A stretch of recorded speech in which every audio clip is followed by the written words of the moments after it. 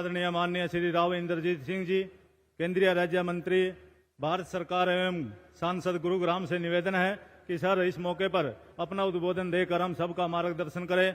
माननीय केंद्रीय मंत्री महोदय जी, जोरदार तालियों के साथ मंत्री जी का अभिनंदन एवं स्वागत करें।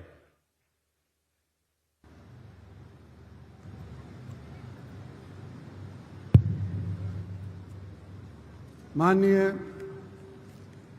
मुख्यमंत्री मनोहर लाल जी, लेबर मंत्री हरियाणा अनूप जी,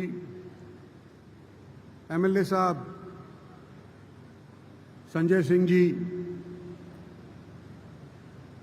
मेयर गुड़गांव मधु जी, सम्मानित मंच,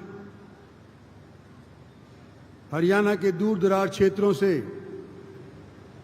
इंडस्ट्रियल एरियाज से आए हुए सभी सम्मानित सदस्यगण, बुजुर्गों, दोस्तों, आज आप सभी को ये दिन मुबारक।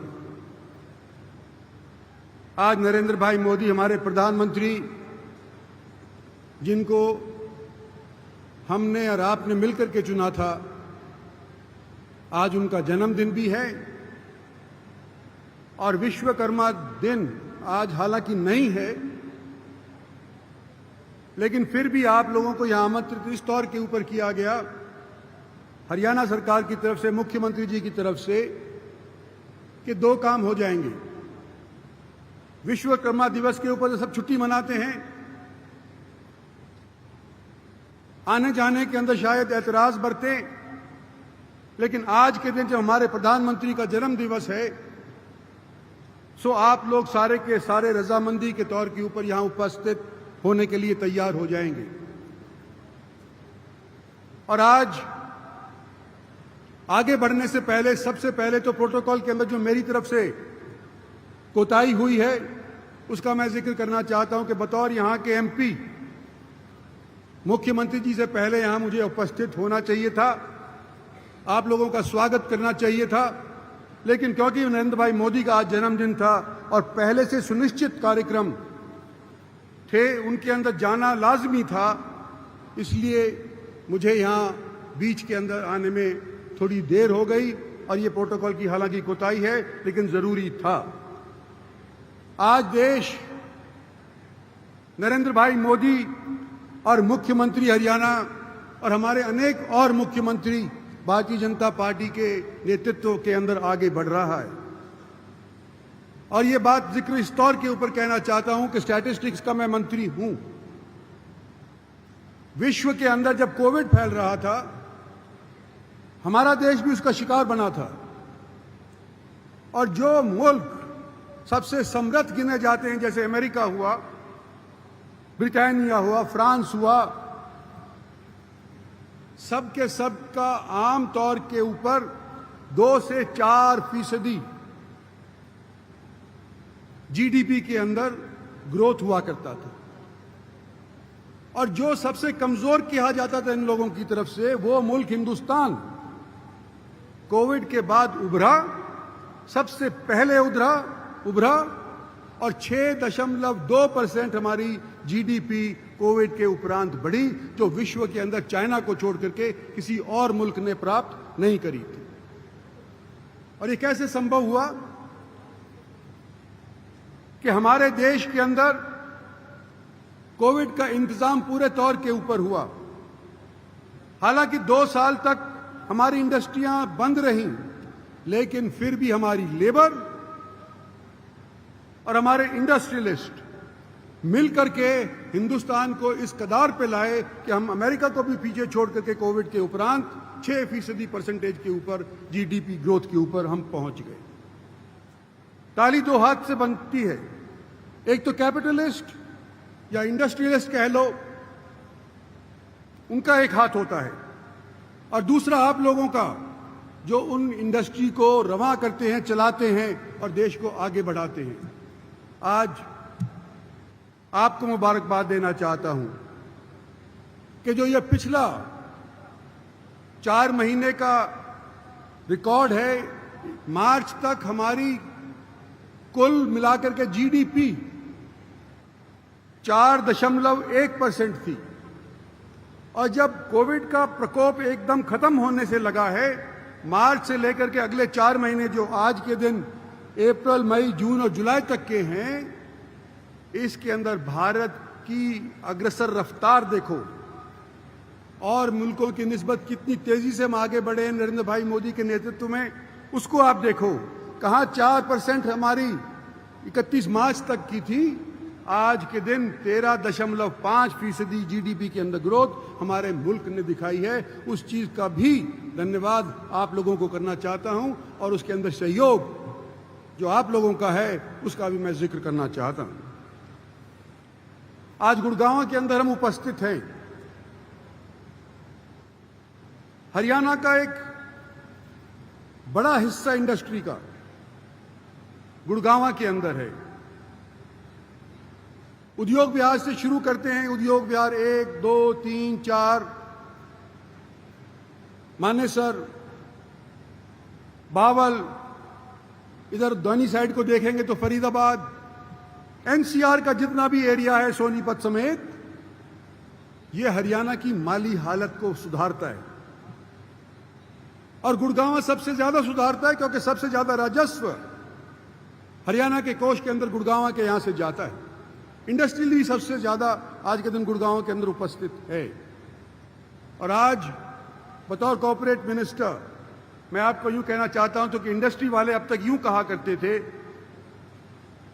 कि लेबर कमिश्नर हमारा चंडीगढ़ बैठता है,